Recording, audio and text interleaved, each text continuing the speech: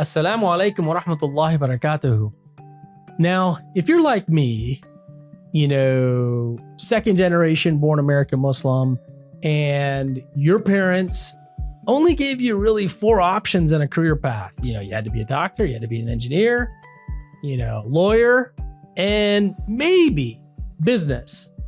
Those are the only four options. They never gave you an option on the social good path. Well, today on the show, we have a very special guest who literally took that fifth option. He took the fifth option and is super successful, from being one of the first chief of staff for an elected official in the state of Texas, first Muslim chief of staff. On the show today, Ahmad Alaswad. We're going to hear his story about what that journey was, and is it worth it to be in that fifth career path of social good from the start right now. Assalamu alaikum, Ahmed. Thanks for being on the show today. Wa alaikum salam. Thank you for having me. Ahmed, I am looking at your LinkedIn profile right now, and I've got to do this for our listeners. Folks, if you were like me or like many American Muslim youth growing up, your parents largely gave you four options. You had to be a doctor, you had to be an engineer, you had to be a lawyer, or, business. And sort of taking this journey into this nonprofit space or social good space wasn't an option. But today I'm with Ahmed, and Ahmed, I haven't had somebody on the show who, mashallah, policy director, City of Houston, outreach director, Care Texas, director of development, The Alliance, chief of staff, and also I read first Muslim chief of staff in the state of Texas, Fort Bend County, public policy officer, Access Health, Family Service Center, Galveston County, senior vice president and chief strategy officer, president, Brazoria County MUD, which is a municipality association. And because you're the president, that tells me that you've been elected. That means everybody in that organization that has thousands of members have elected you for that role. Yep. Director of Government Relations, Aga Romero. And now today, mashallah, we'll get into this a little bit later, but you're also leading as the executive director, Amana Refugee Services. Yep. So Ahmed, yeah, I really like our audience out there. They're just like little old Tayyib years ago, and their parents said, doctor, engineer, lawyer, business. But then here's Ahmed, mashallah, an entire career, almost 20 years, by the way. Yeah. You were at City of Houston in 2008. Yeah.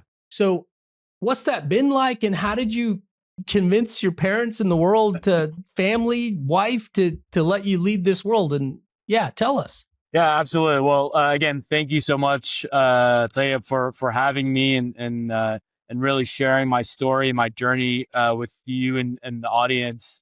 And it's very quite simple.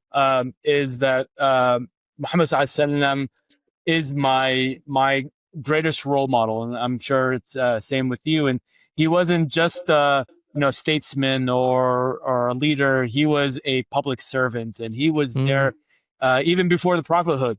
He was there always helping people in the time of need. Even when he was in the worst of in situations, he was there and always having a smile and serving people. And so he was my role model from earlier on, and I knew that I wanted to serve people. But also I had a family member, my grandpa, may Allah give him rahmah. He was an elected official as well. I'm Syrian American, and so he was in the government. And even though in the worst of situations in Syria, he was the only one I remember as a kid. When he would walk into the streets, the neighborhood would go and say, thank you so much for this help, for that. And as a little kid, I afterwards, I asked my grandpa, is this something within your responsibility? He goes, no, I really want to help the community. and be that beacon of hope when there is very limited of hope in that country. And so from earlier on, those two men, from my grandpa to Muhammad Sallallahu really shaped me as an individual who wants to give back to the community. And it really fills my heart when I'm there serving everyone. It's not just a Muslim, mission. This is a mankind mission that we want to help, and individuals who are Muslim, non-Muslims, people of other faiths, and as long as we're here as a responsibility, serving, and inshallah, they will be my witness on the day of judgment that I did the best I can. MashaAllah. Thank you for being vulnerable, and thank you for sharing that. As there's many young listeners in the audience today, like if they're in thinking about college, or they're in the middle of college, or in the middle of a career, like, and they're wondering, hey, how can I go choose a life of public service? Like, what advice, what tips do you have for them? What guidance do you have for them? Yeah, absolutely. And so it's funny how you listed all of those four, and that's very very typical for all of our communities. And those are great career paths without a doubt. I mean, go for it. But for me, it was more of like, okay, this is a very saturated jobs, responsibilities for our community. We need to really diversify. And I think as a first generation American, and also having children, the goal is to also, do something that we can really showcase our skills as a community to the broader community that we're here. And so for individuals who are interested, definitely take that leap. If you're in school, how I started was I reached out to a city council member, and I was vulnerable, and I called the office and I said, "Hey, I'm a college student. Are you looking for internships?" And they were like, "Well, we've never really had someone approach us this way," and they offered me a summer internship. And that's all it took. That's all it took. It's just, look, the worst case they're going to say is no. And you're going to hear a lot of no's in life. And, the sooner that you get used to it, the sooner you can really overcome those no's. I love it. And so I went a summer program with the city of Houston. I fell in love with it. And so I encourage those who are in college or universities, that's your perfect time to really showcase and try new things. And you may like something that you didn't really think of that you would like. And so I loved it. At the end, they actually asked me to come back to my internship for next summer. So I already had an internship ready to go the following summer.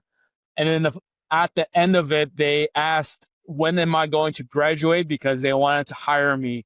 Because I went above and beyond. By the way, this was unpaid. And so I have a soft spot for interns, because that's how I started.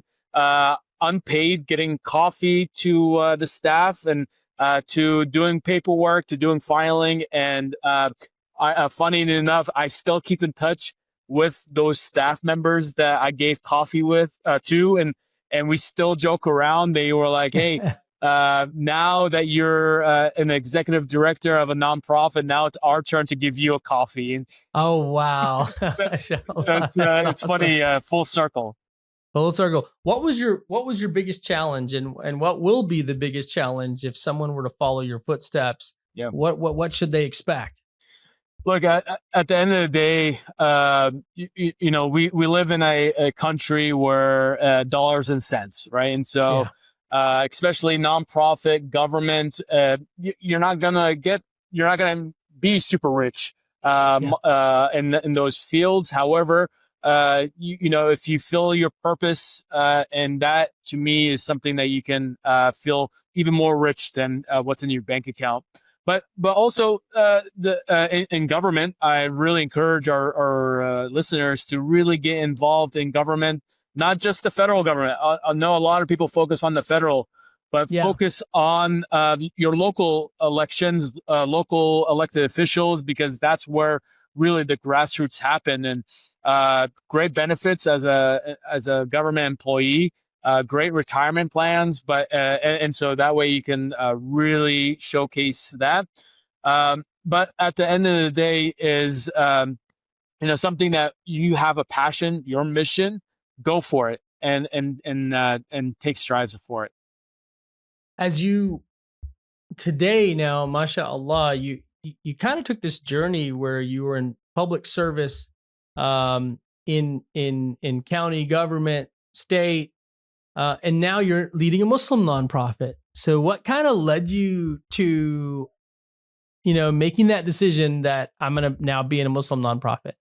It's actually talk about full circle, right? From getting coffee, but full circle. While I was in college, friends of mine and myself, we actually this was during the Iraq War, Afghanistan, the first ones, early 2000s, and Houston has been known to be one of the largest recipients of refugees in America, and we didn't know about those about refugees or the communities. We all lived in our really in our bubble outside in the suburbs.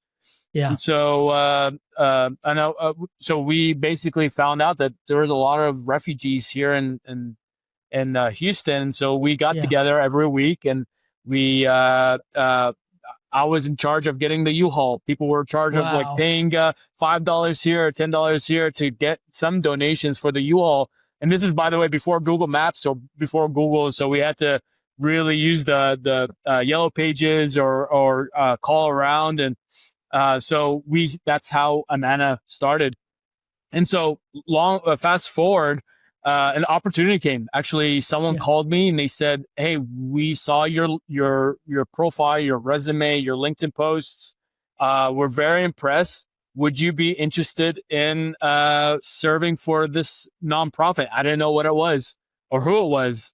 And then when they brought up Amana Services, they were like, "Do you know anything about it?" I go, "I'll tell you about it because that's actually back with my group of friends. That's how we started Amana."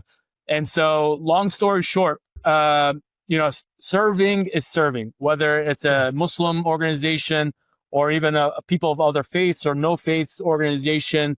At the end of the day, we're here to serve. There are a lot of people who are in need of light, of hope, of being that beacon. As Muhammad ﷺ said, even a smile is charity.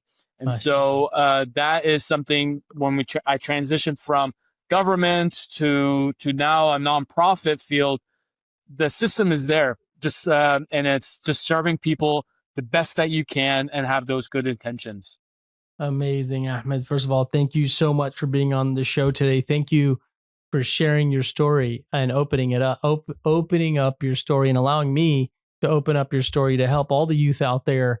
Here on the Muslim nonprofit show, one of our missions is to inspire others to start a journey of social good. And so thank you for sharing your journey. And thank you for reminding us about the Prophet Muhammad sallallahu his priority to serve humanity. And thank you for sharing with us the story of your grandfather. I want to thank you for that. And thank you for being on the show today. And we got to get you back out to learn more, and have more dialogue, because it's just your last 20 years and now 25, because you've mentioned that you started in early 2000, I did. A life of social good. Jazakumullah khairan. Thank you so much. Wa alaikum salam.